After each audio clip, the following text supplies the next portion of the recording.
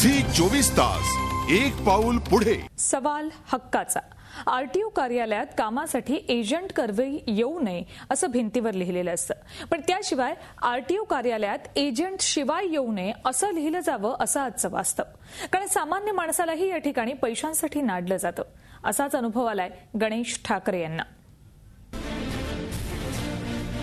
लाचखोर चिखलीकरच्या बातम्या ऐकल्यानंतर पाटबंधारे विभागात मोठ्या प्रमाणात लाचखोरी चालत असल्याच्या चर्चा सुरू झाल्या। वास्तव मात्र याहून भयानक आहे। लाचखोरीनं आज सरकारी, निमसरकारी आणि खासगी कर्मचाऱ्यांना पोखरले। अशीच लाचखोरी सुरू आहे पेणच्या आरटीओ कार्यालयात। साध्या रिक्षावाल्यांनाही परवाना नूतनीकरणासाठी 25-25 हजारांची लाच मागितली जाते। असाच अनुभव आलाय गणेश ठाकरे यांना। खोपोलीत राहणाऱ्या गणेश यांनी 2009 साली नोकरी सुटल्यानंतर उदरनिर्वाहासाठी रिक्षा चालवायला सुरुवात केली। दरम्यानच्या काळात त्यांचा अपघात झाला आणि काही काळ त्यांना अंथरुणाला खेळावं लागलं।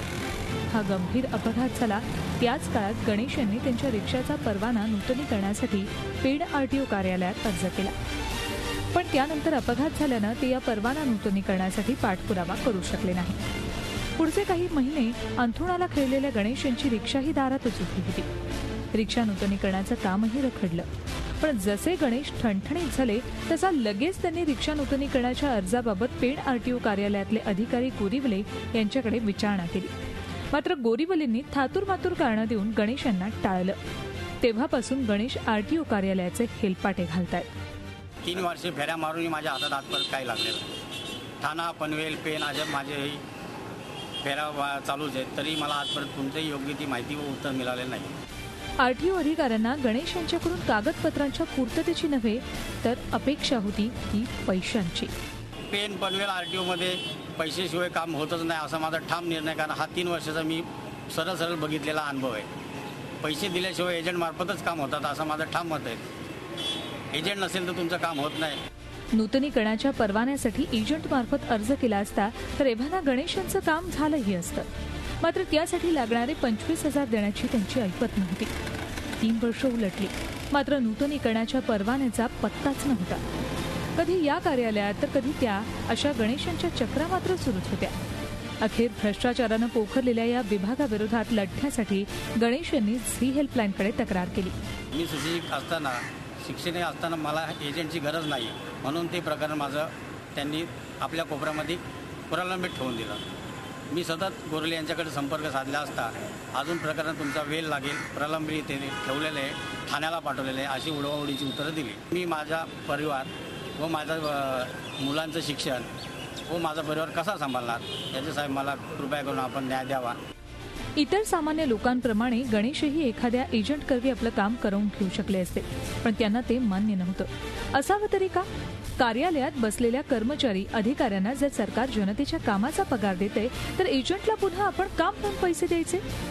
म्हणूनच गणेश यांनी एजंट न नेमता स्वतः नूतनीकरण परवाना अर्ज सादर केला।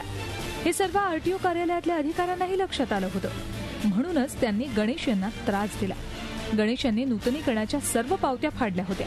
प्रादेशिक परिवहन अधिकारी शरद जिचकार सुट्टीवर होते, त्यामुळे हेल्पलाईनच्या टीमनं आपला मोर्चा वळवला तो उपप्रादेशिक अधिकारी नंदकुमार नाईक यांच्याकडे। पण हेल्पलाईनची टीम येणार असल्याचं कळताच नाईक महाशय कार्यालयाकडे फिरकलेच नाहीत। अखेर आम्ही कर्मचाऱ्यांना भेटलो, त्यांच्याकडून या संदर्भात माहिती घेण्याचा प्रयत्न केला। यावर आमचे वरिष्ठच काय ते बोलतील असं सांगून या कर्मचाऱ्यांनीही हात झटकले। आरटीओ कार्यालयात एजंट मार्फत येऊ नये असं लिहिलं असतानाही इथे फक्त एजंट करवीच कामं करून मिळतील असं लिहायला हवं, अशी परिस्थिती आता निर्माण झाली आहे। प्रामाणिकपणे वागणाऱ्या माणसाला अशा लाचखोर व्यक्ती तर नेहमी भेटतच असतात, पण त्यातूनही जर गणेशसारख्या व्यक्ती असतील तर निश्चित जगात लाचखोरीचं प्रमाण कमी झाल्याशिवाय राहणार नाही। पण अशा सामान्य माणसांना जर लाचखोर लोक नाडत असतील तर या सामान्यांच्या मदतीला हेल्पलाईनची टीम सदैव तत्पर आहे, कारण सवाल सामान्य माणसाच्या हक्काचा आहे। खोपोलीहून अमोल पाटीलसह bureau report, Zee media, Mumbai. Zee 24 तास एक पाऊल पुढे।